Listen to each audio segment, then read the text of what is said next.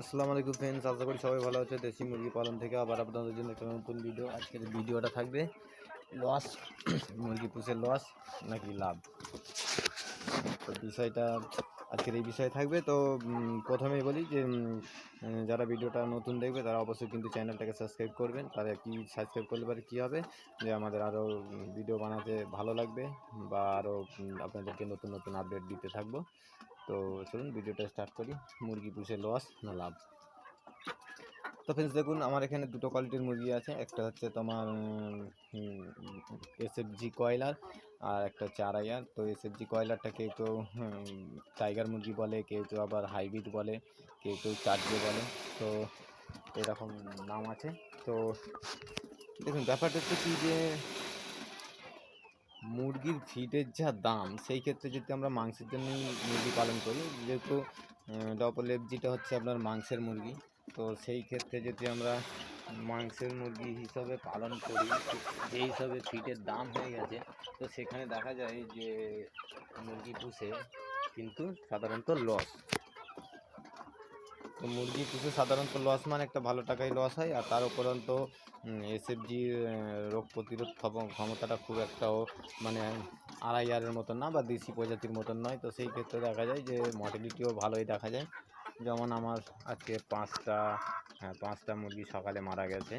তো তার মধ্যে কোনো কারণই দেখা যায়নি। তো এমনিতেই মারা গেছে। সেটা ঠান্ডার জন্যও হতে পারে বা আদার্স অন্য কোনো কারণ হতে পারে। তো আমি অতটা এখনও দেখিনি চেক করে। তো ঠান্ডা লাগার প্রশ্ন নয়। তো যা দেখলাম, যেহেতু আমার মুরগির কোনো সর্দি নেই বা কোনো রকম কোনো প্রবলেম নেই, আপনারাও দেখতেই পাচ্ছেন, আপনাদেরকে দেখাচ্ছি। এখানে দেখুন, এই যে এসএফজি আছে এটা। তো এখানে সেরকম কিছু প্রবলেম নেই, তারপরেও কিন্তু মুরগি মারা গেছে।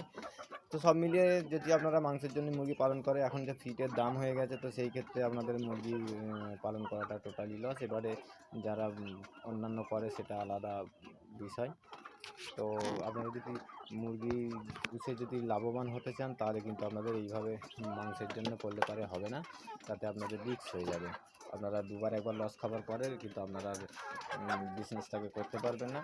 তো আপনাদের যদি এরকম প্ল্যানিং থাকে, তো আপনাদেরকে টোটালি প্যারেন্টস তৈরি করে নিতে হবে, নিয়ে ডিমকে বাচ্চা ফুটিয়ে সেই বাচ্চা বিক্রি করলে কিন্তু আপনাদের একটা ভালো টাকা মোটামুটি প্রফিট করতে পারবেন।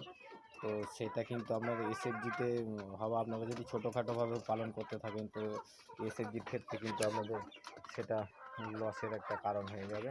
তো সেখানে দেশি প্রজাতি যে মুরগিগুলো আছে, তাদের কিন্তু রোগ প্রতিরোধ ক্ষমতাটা অনেকটাই বেশি। তো সেখানে যদি আপনারা দেশি মুরগিতে এইভাবে কাজ করতে থাকেন, তাহলে কিন্তু আপনাদের একটা মোটামুটি টাকা দেখতে পাবেন। যেহেতু আমি করছি আজকে 4 বছর ধরে, তো আহামরি কিছু দেখতে পাইনি, কিন্তু আমি শখে মুরগি পালন করতে করতে করতে করতে এখন মোটামুটি এরকম একটা পরিস্থিতির মধ্যে এসে পড়েছি যে মুরগি ছাড়া আমারও ভালো লাগে না। মানে মুরগি না থাকলে যেন কেমন একটা ফাঁকা ফাঁকা মনে হয়। তো সেই ক্ষেত্রে আপনারা যদি মুরগি মনে করেন যে মুরগি পুষে আমি একটা ব্যবসা করতে যাব, একটা ভালো ইনকামের একটা আশা দেখতে পাবো, সেটা আমার মনে হয়। তো সেখানে একটু আপনার চিন্তা ভাবনা করা দরকার আছে যে আদৌ কি আমি মুরগি পালন করে মানে লাভবান হব। তার উপরন্ত মুরগি পালন করতে গেলে আপনাকে মুরগির বিষয়ে জানতে হবে কম বেশি। যদি আপনি পুরোপুরি ডাক্তার না হতে পারেন, তো আপনার 50% মুরগির সিমটম দেখে, মানে আর কি ডাক্তারি লাইনটা বুঝতে হবে। যে মুরগির সিমটম দেখে, মুরগির পায়খানা চেক করে, হ্যাঁ, মুরগির কী রোগ হয়েছে না হয়েছে বোঝার যদি ক্ষমতা না থাকে, কিন্তু আপনি মুরগি পালনের ঝম্প কোনো রকমে যাবেন না। দ্বিতীয়ত কথা হচ্ছে কি যে আপনি মুরগি পালন করতে যাওয়ার আগে আপনাকে জানতে হবে মুরগির বিষয়ে, নয়তো কিন্তু আপনি মুরগি পালন করতে পারবেন না। আর একটা বিষয় হলো যে মুরগির কত দিনে কতটা বড় হবে না হবে, কতটা ফিড খাওয়াতে হবে, কী ফিড খাওয়াতে হবে, তারপর দ্রুত বড় হবে, সেগুলো কিন্তু একটা জানার একটা খুব বিশেষ দরকার আছে। নয়তো কিন্তু আপনি মুরগি পালন করতে পারবেন না।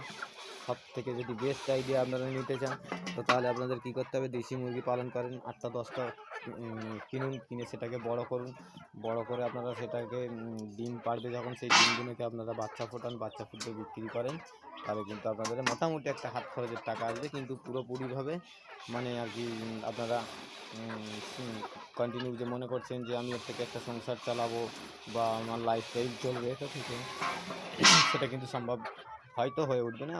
তারপরেও আপনাদের বুদ্ধি আছে, ওপরবেলা আপনাদের বুদ্ধি দিয়েছে, তো আপনারা বুঝে সুঝে আপনারা কাজ করবেন। যদি আপনাদের ভালো বোঝেন তো করবেন, যদি মনে করেন যে না এটা সম্ভব নয় তো না করাই ভালো, কারণ এতে প্রচণ্ড রিস্ক। একটু উল্টোপাল্টা হলেই দেখবে লটের পর লট শেষ হচ্ছে, মুরগি অতিরিক্ত হারে মারা যাচ্ছে। হ্যাঁ, তো সেখানেতে আপনার অনেকটা টাকাই কিন্তু চলে যাবে।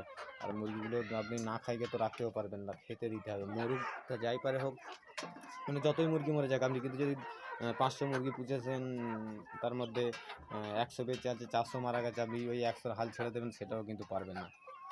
তো ফ্রেন্ডস, ভিডিওটা ভালো লাগলে পরে অবশ্যই লাইক করবেন, কমেন্ট করবেন, শেয়ার করে দেবেন। যারা নতুন নতুন মুরগির কাজে আসতে চাচ্ছে তাদের কাছে অবশ্যই ভিডিওটা পৌঁছাবার চেষ্টা করবেন, তাহলে কী হবে, অনেকেই কিন্তু লসের হাত থেকে বেঁচে যাবে।